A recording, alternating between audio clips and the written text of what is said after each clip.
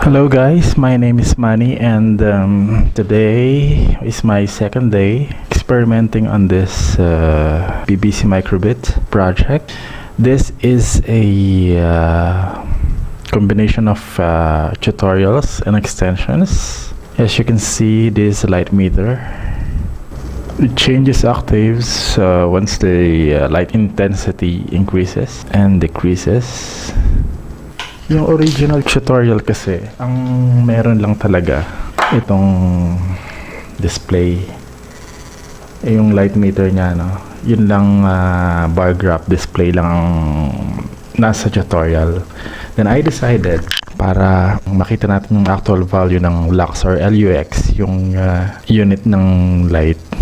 Nalagyan ko ng 4-digit number display to show the approximate value of lux. Kasi kung bar graph lang, wala, intensity ng light lang yan, no? Parang level meter lang yan. But here is the numerical value. So it's more of readout. Of course, the sensor.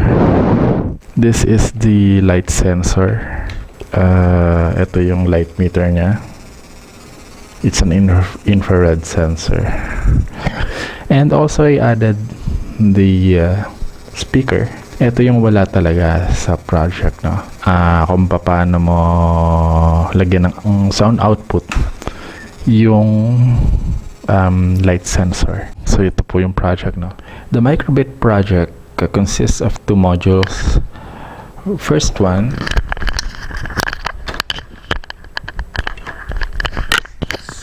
so this is the microsensor module, computer on its own. And this is the hardware shield, the input-output board. So basically what you will do is to attach the microcontroller computer here. Then you can power it up with the USB. And then, so in a while I'm gonna show you a step-by-step tutorial on how to program this thing. Okay, for this exercise, I'm gonna be using this Grove Inventor kit for microbit. Okay, so basically what we'll be needing here is the microcontroller.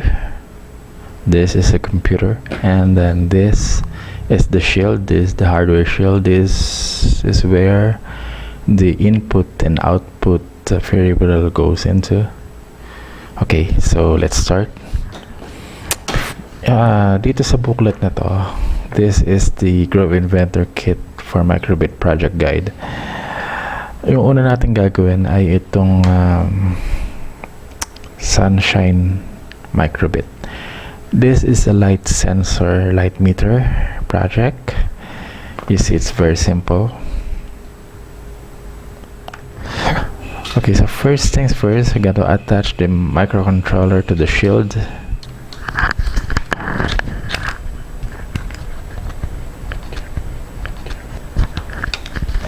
There's a slot in there, and there you go. And then we need the sensor.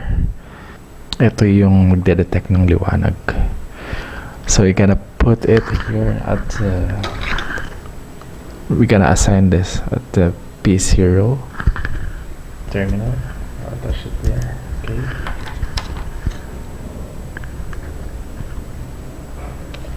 And then we're gonna power this up and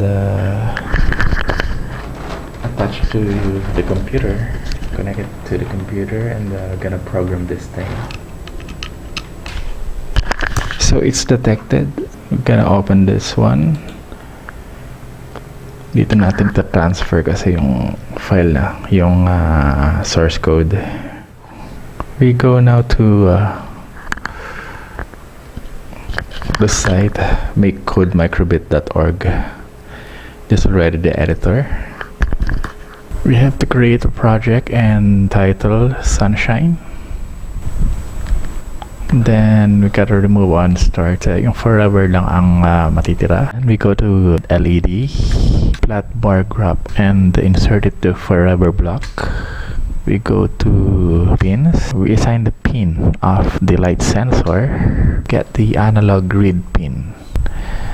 plot bar graph of analog read pin at P0 and up to 255. Then pause 10 milliseconds. It's a very simple program. Okay, so let's download it to the microbit microcontroller.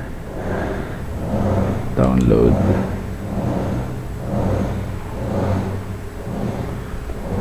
There, it's downloading.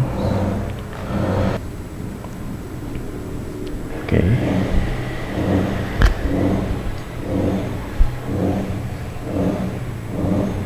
So once it's downloaded, you're gonna see here. There. You see.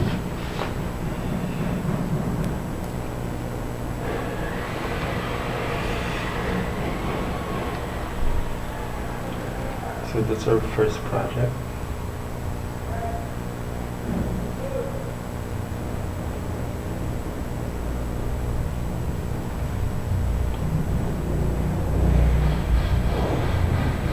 Okay, there you go. Now, what if we add a 4-digit display?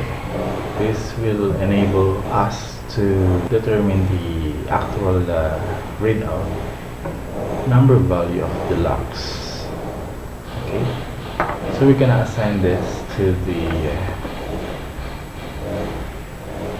P1 terminal on the board.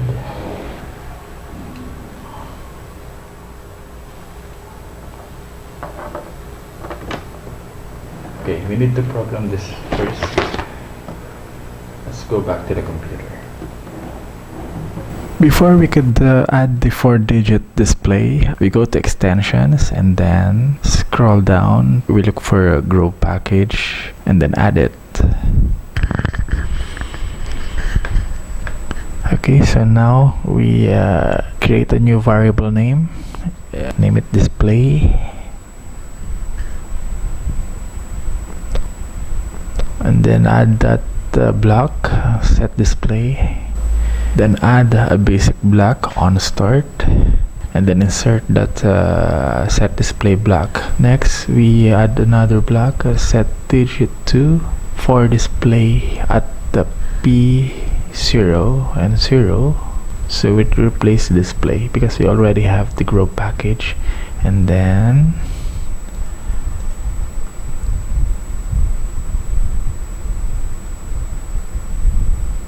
we add another block, the forever block, basic from basic forever block. And then we got to add a grow package, insert a 4-digit show number.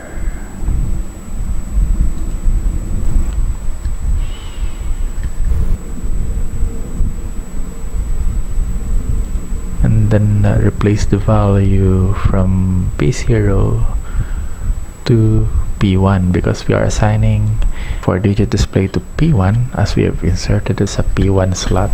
Then we go to pins again and then insert analog read pin 0 just after the show number.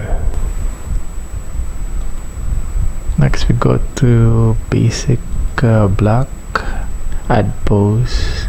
Yung readout niya is too fast, so we got set it on 200 milliseconds. As you can see here, we added another 2 blocks. The first block here is for the bar graph, and then we added 2 more blocks for the 8-digit display. It's a numerical display, so let's download it now.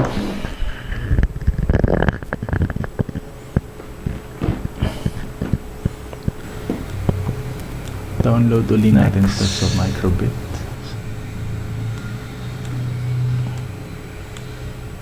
There you go.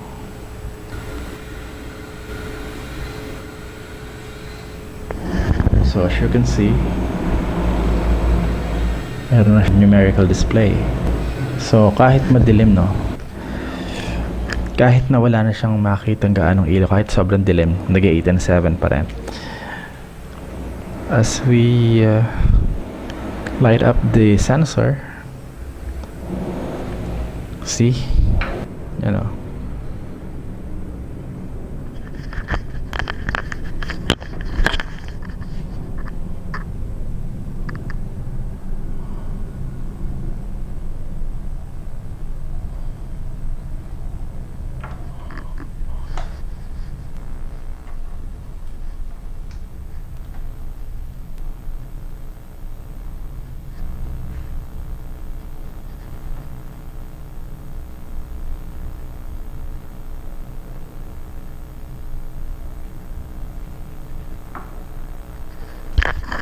so it's a combination of bar graph and the numeric display.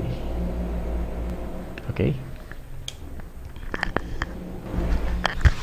Now, what if we want to add sound or beep sound? So we add the speaker. You gotta connect it to the P2 terminal here on the board and a shield. Again, P2 on the fourth slot. Again, hindi na magagana agad kapag hindi natin prinogram na. So, kailangan muna natin i-program. We're gonna add another block for the sound. Okay, so for our speaker module, first we're gonna add a basic forever block. And then we go to pins, add set audio pin to P0 and change that to pin 2. Next, we add a play tone middle C block for 1 bit. And then next we add another pin, analog read pin for block P0 to read light sensor on pin 0 or P0. Okay, so for the speaker, we added the fourth block. As you can see here, it's here. Set audio pin at P2. A good thing with microbit is it can be changed to JavaScript. So when I want to learn JavaScript, I gonna look at this one. Medyo complicated yung JavaScript kasi language na yan, no? Hindi tulad ng blocks. Pero kung gusto mong pag-aralan ng step by step niyan, you can change values to see if it's working. And one good thing is about JavaScript is you can also do website layout using this. Kasi ang JavaScript ay kalimitang ginagamit naman ng mga web designer. No? It's a web design language. So, yan. Kung gusto nyo pag-aralan. There's another option also, Python. Kaya lang medyo mas komplikado para sa akin yun, you know? Kaya JavaScript na lang gusto ko dahil pwede din gumawa ng website using JavaScript. So marami application ng JavaScript para sa akin compared to Python. Anyway, let's get back to blocks. And then download this one to our computer and then to the microbit module.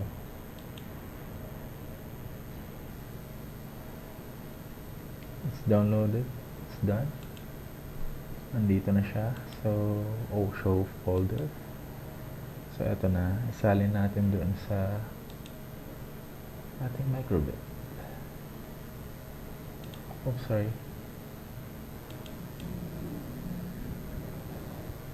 You can see here.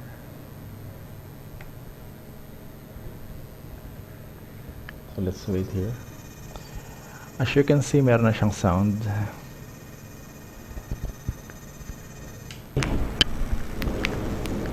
So yun yung project natin for today. Meron tayong bar graph meter. Meron tayong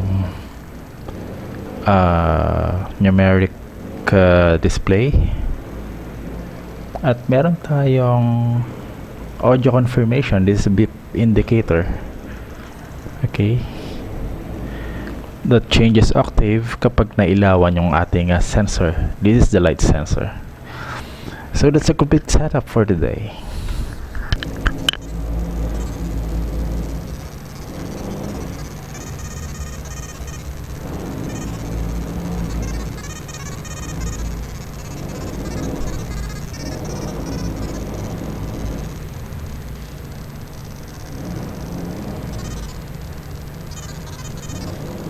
Layo na.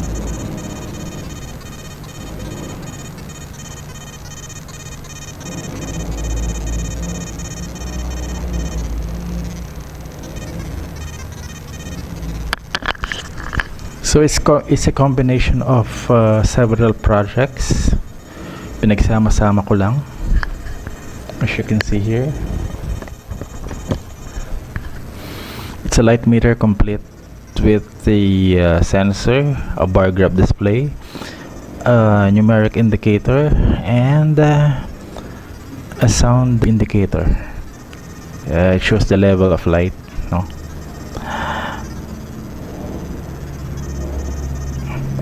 Okay, so I hope you like the project today. Until next time, gagawa pa tayo mas high-tech and complicated na projects. Thank you for watching, and until next time, bye-bye.